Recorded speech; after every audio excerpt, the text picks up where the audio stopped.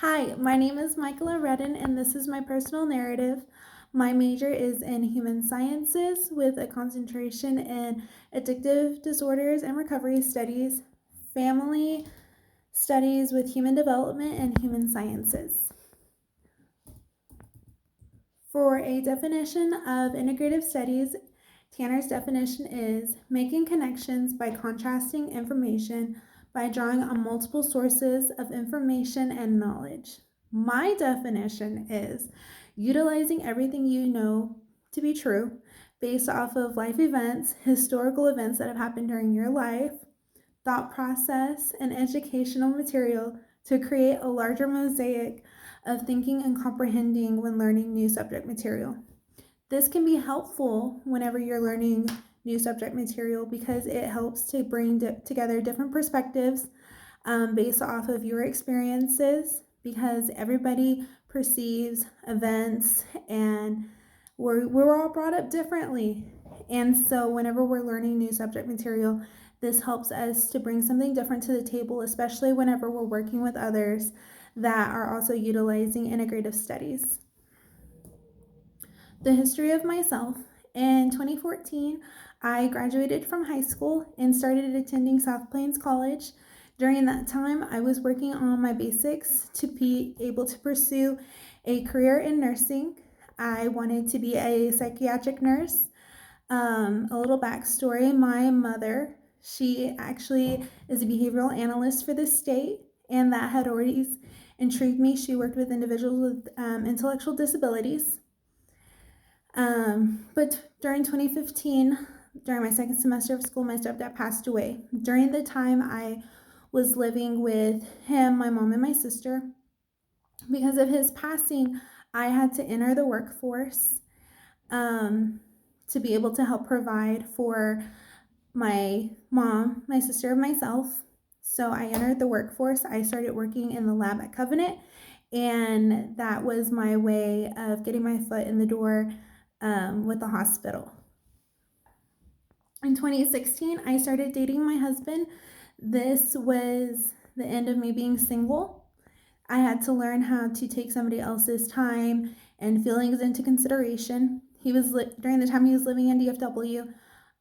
We went to high school together, so we knew that we wanted our relationship to transpire into something else. So we were in the process of figuring out me moving over there, finding a job, and continuing my education. This was also really hard because since I had helped to be a provider in my home for my mom, my sister, and myself, I was going to be moving and I was not going to any longer be able to help provide back home. During 2017, I did end up dropping out of school. My husband was offered a job on the pipeline, which required us to travel. So I also quit my job, and I was really at a loss at that time what I wanted to do educational wise. The nursing wasn't as appealing to me as it had been in the past, and I really enjoyed working in the lab, but I also knew that it wasn't something that I wanted to do long term. I'm not very good at science or math, and I knew that those classes would be required for me to be able to obtain a degree specifically to move forward in the lab. In 2018, we ended up moving back to Lubbock. I re-enrolled in school and I was able to go back to working for Covenant.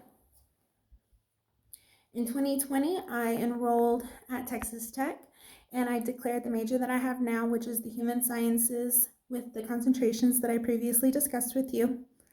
And in 2021, we had our first baby, and that was the end of my husband and I as not single people, but a couple that was able to get up and go whenever we pleased. Trajectory, now and later. Now I'm working on my degree with my concentrations. I hope to be able to get a license to counsel with family studies. I also started working for the state at the same location that my mom works at in the lab as a medical tech, running tests. That's still not my end goal, but it's been a great way for me to get my foot in the door at places. Following in my mom's footsteps, kind of based off of Bateson's article. She has always worked with people with intellectual disabilities, and that really gave me a heart to also work with people with intellectual disabilities. Working out at the State Supported Living Center, I run into a lot of individuals that have very sad family histories, and family histories that also include drug disorders and alcoholism that might have caused these intellectual disabilities. And I'm hoping that by maintaining and obtaining my counseling licenses to be able to help these individuals, and eventually we hope to move back to the Metroplex area. And I want to work at the Denton location, working with these families and these caregivers to be able to provide a better quality of life for these individuals with intellectual disabilities, and maybe help them cope with some of the issues that they've had within their family, and to overcome some of those addictions. My husband and I also would like to do real estate investing. The real estate investing is very cool, actually, not necessarily being a realtor, but to obtain different locations and rent them out. My long term goal is to be able to retire early from the state, since I have started working with the state early, and to open my own practice, and maybe to help prevent some of these individuals, help prevent individuals being born with intellectual disabilities, stopping the problems with addiction and issues within the family before it gets to that point. I also help to continue to grow my family and to be able to leave a legacy for my children to achieve financial freedom so that they are able to achieve their own goals. Making connections. Like I talked about earlier, my mom has work experience working with individuals with intellectual disabilities and their families.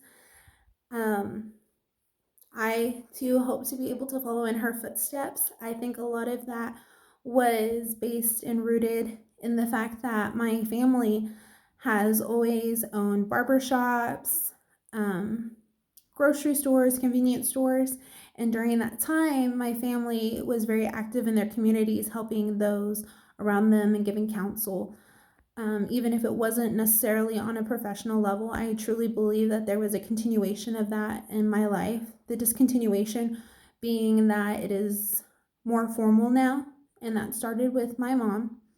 The discontinuation is also me not wanting to go back to nursing school, but rather helping individuals with their health in other ways, their mental health, their emotional health, their home life, being able to work through life with them. Investing, wanting to do the real estate investing, like I said, would give my children financial freedom to be able to achieve whatever goals that they choose to do, whether that is to follow in my footsteps or to not. The continuation, I did drop out of school. I did want to pursue a career in nursing. I still do have a heart for human services. There was a time whenever I did not work, and that was a discontinuation that continued because ultimately I really do enjoy being in the workforce. And even during my maternity leave, I really struggled not utilizing my knowledge and my skill, because I want to be able to bring my knowledge to helping other people. Being a single person in the past 5 years, I went from being a single person to being a provider for a family, and then just being my husband and I. And now I am helping to provide for a family of my own, including my son. Like Basin had also talked about in her article, there's people that start again over and over and over again. And I truly believe that in my lifetime, I have started over and over again. As an adult, after exiting high school, there was a lot of discontinuation that happened in my life that involved wanting to be a nurse and then not wanting to be a nurse and wanting to continue on with public service. Another discontinuation that happened in my life was dropping out of school and then re-enrolling and moving away from home. My Works Cited is the Bates article as well as Tanner's textbook that we used for the class. And I really hope that you enjoyed this personal narrative. Thank you for your time.